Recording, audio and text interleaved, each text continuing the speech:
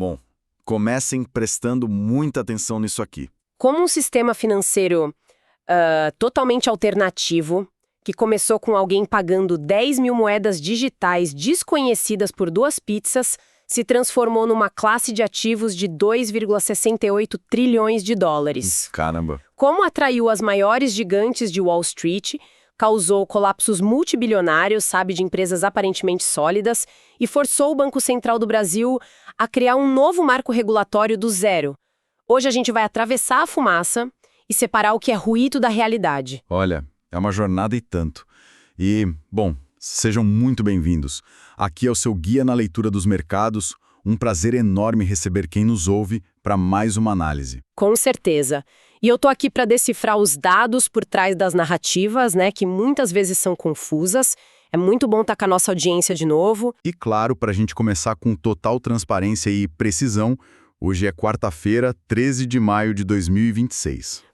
Data importantíssima de frisar. Exato. É absolutamente importante destacar que todo o levantamento de dados usado na nossa análise foi finalizado com data de referência de exatamente hoje, 13 de maio de 2026. Isso mesmo. Então, apresenta oficialmente que estamos no podcast Macroeconomia e o título do episódio de hoje é Criptoativos Explicados. Um tema que, bom, não sai das manchetes, né? Nem pouco.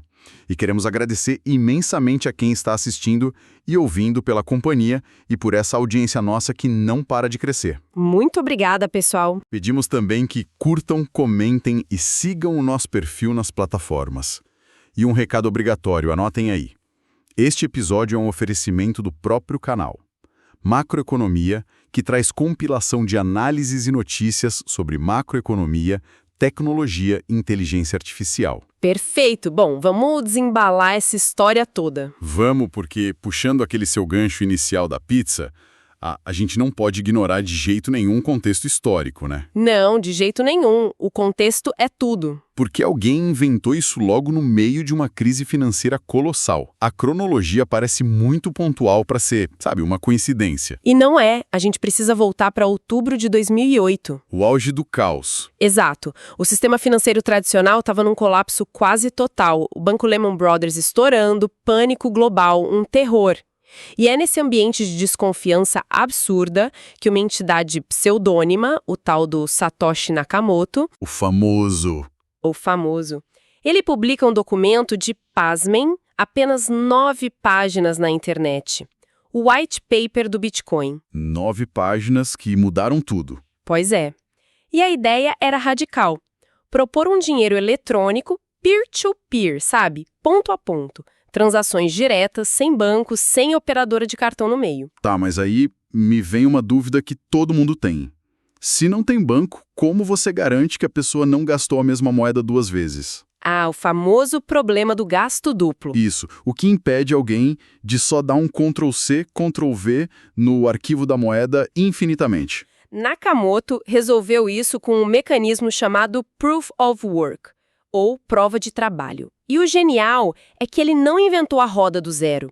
Ele se inspirou num projeto de 1997 chamado Hashcash. Espera, 1997? Tipo, mais de 10 anos antes do Bitcoin? Sim, o Adam Back criou isso originalmente para combater spam em e-mail. A sacada foi usar isso na moeda. Nossa. É como uma corrida matemática. Os computadores da rede, que o pessoal chama de mineradores, competem gastando energia elétrica para resolver um quebra-cabeça muito difícil. Então tem um custo físico no mundo real. Exatamente. Quem resolve primeiro anota as transações na página do livro de registros e ganha moedas novas como recompensa. É inviável tentar fraudar porque o custo em eletricidade para falsificar seria maior que o lucro da fraude. Faz sentido. E foi isso que levou àquela loucura das pizzas em 22 de maio de 2010, né? Ah, o Laszlo Haniak. Ele mesmo.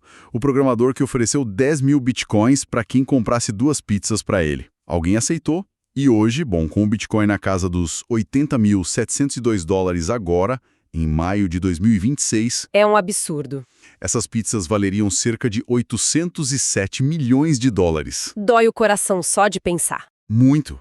Mas olha, eu costumo fazer uma analogia sobre essa tecnologia. Eu comparo a blockchain a um cartório digital público de vidro. Adoro essa definição. É porque todo mundo pode auditar o trabalho de todo mundo ali dentro, né? Só que aí entra um contraponto. O Bitcoin exige um poder computacional massivo para essa segurança toda. A rede Ethereum não mudou isso em 2022 para parar de gastar tanta energia, certo? Certíssimo. O consumo era gigante. E aí o Ethereum fez uma mudança que ficou conhecida como demerge, a fusão. Foi como trocar o motor do avião em pleno voo. Literalmente. Em setembro de 2022, eles desligaram o Proof of Work e mudaram para o Proof of Stake, a prova de participação. E isso derrubou o consumo de energia deles em tipo 99,95%. Caramba, e como valida sem gastar energia? Em vez de queimar carvão para resolver conta, o pessoal tranca o próprio dinheiro, as próprias moedas, num contrato, como uma garantia, um stake. Se validar honestamente, ganha taxa.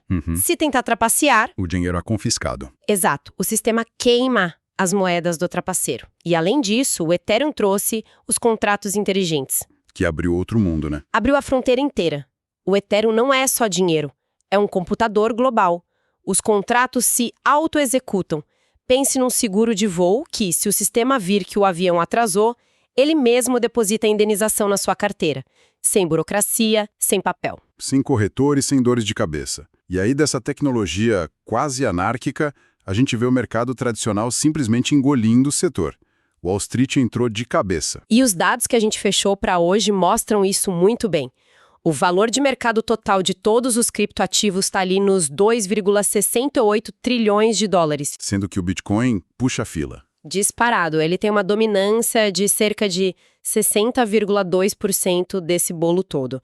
Mas o ponto de virada institucional mesmo foi em janeiro de 2024, nos Estados Unidos. A aprovação dos ETFs de Bitcoin à vista. Foram 11 de uma vez. Exatamente. A SEC americana aprovou tudo junto.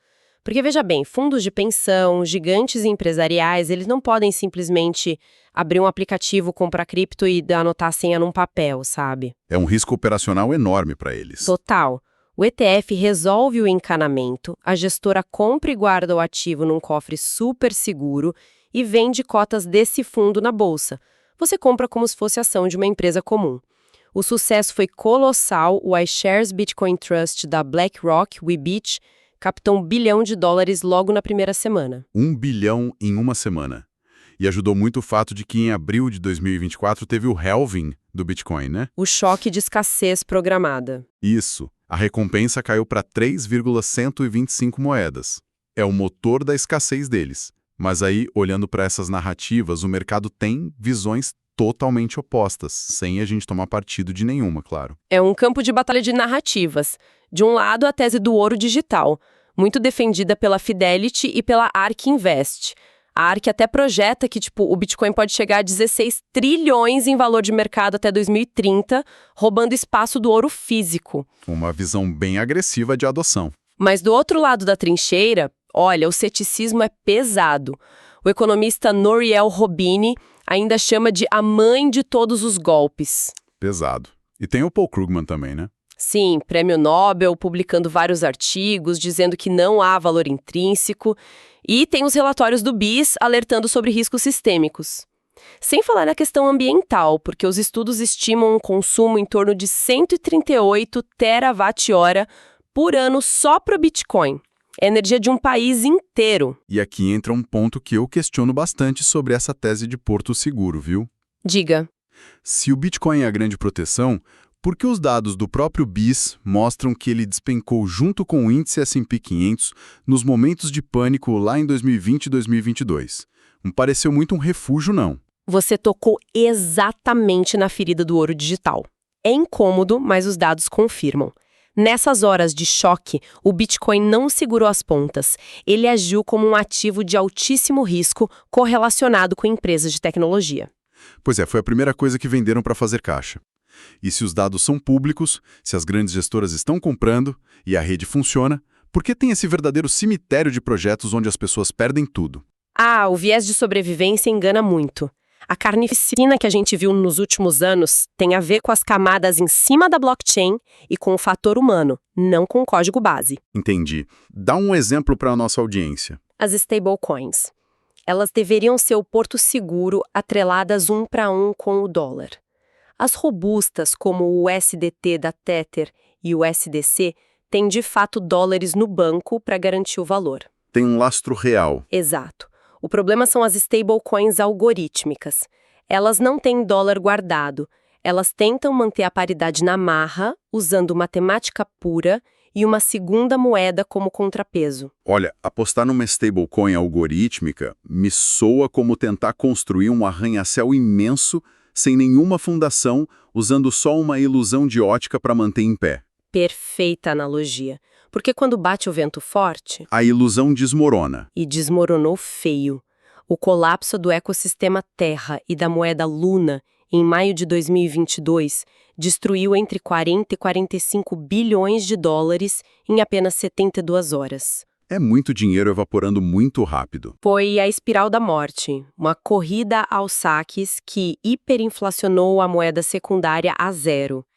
E depois veio a falência da corretora FTX em novembro do mesmo ano. E aí não foi falha de algoritmo. Foi fraude mesmo. Clássica. Fraude pura de 8 bilhões de dólares.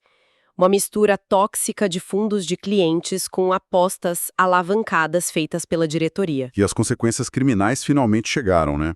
A gente viu o Sam Bankman-Fried condenado a 25 anos de prisão e o Do Kwon, do Projeto Terra, a 15 anos.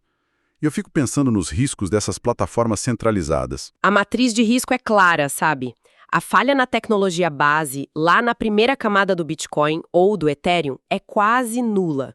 O risco gigante é a contraparte humana, seja um código mal feito, cheio de bugs em finanças descentralizadas, ou uma exchange fraudulenta que simplesmente rouba o seu dinheiro. E olha que ironia fascinante a gente chegou. Criaram tudo isso para escapar das regras bancárias e dos reguladores.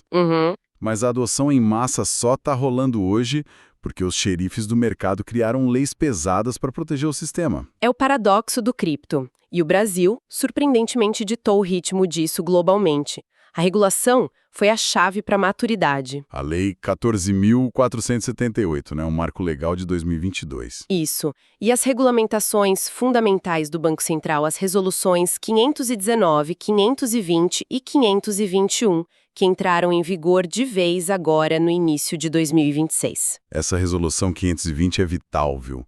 Ela obriga à segregação patrimonial. Que é o que previne outro caso FTX. Exatamente. A corretora não pode mais misturar o dinheiro dela com a cripto do cliente para fazer apostas. Está separado. Se quebrar, o ativo do cliente está lá. E tem também o leão agindo.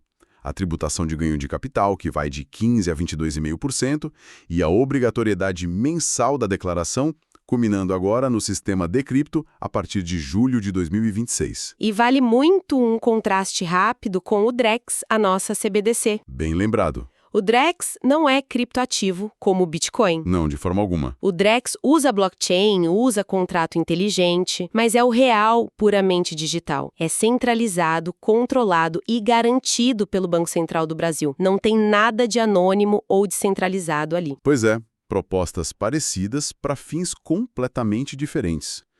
E antes da gente caminhar para o nosso encerramento, você tem aquele pensamento provocador para fechar o cenário, né? Tenho. E é algo para pensar no longuíssimo prazo. Satoshi programou o Bitcoin para que o último Satoshi seja minerado por volta do ano 2140. A escassez total. E aí? E aí que quando as recompensas por bloco acabarem totalmente, será que apenas as taxas de transação que os usuários pagam conseguirão sustentar financeiramente todo esse poder computacional massivo que mantém a rede segura hoje? É um stress test que a gente não vai estar aqui para ver. Incrível essa reflexão. O cartório pode simplesmente ficar sem os funcionários se não compensar financeiramente, né? E, bom, para amarrarmos o conteúdo da nossa análise de hoje, a gente precisa ler o nosso disclaimer. Fundamental. Lembrando a todos que este material é um compilado de projeções e informações de fontes terceiras, tem caráter meramente informativo e educacional e não apresenta viés ideológico. Exatamente. Não constitui em nenhuma hipótese recomendação de investimento, aconselhamento financeiro, jurídico ou tributário. O mercado de criptoativos envolve alto risco e volatilidade, sujeito a falhas tecnológicas e operacionais. E desempenhos passados não são garantia de rendimentos futuros e projeções podem mudar. O Observatório de Análise Econômica não se responsabiliza por decisões tomadas a partir daqui. Consulte sempre profissionais habilitados. Perfeito. Agradecemos sinceramente a quem nos escutou e acompanhou esse mergulho profundo até o final. E fica o convite a todos para acompanharem as próximas análises de cenário conosco. Esse foi o Macroeconomia de hoje. Ficamos por aqui e vocês fiquem bem e atentos às nossas novas transmissões. Se inscrevam em nosso canal, acessem os links e sigam Macroeconomia nas redes sociais. Tchau!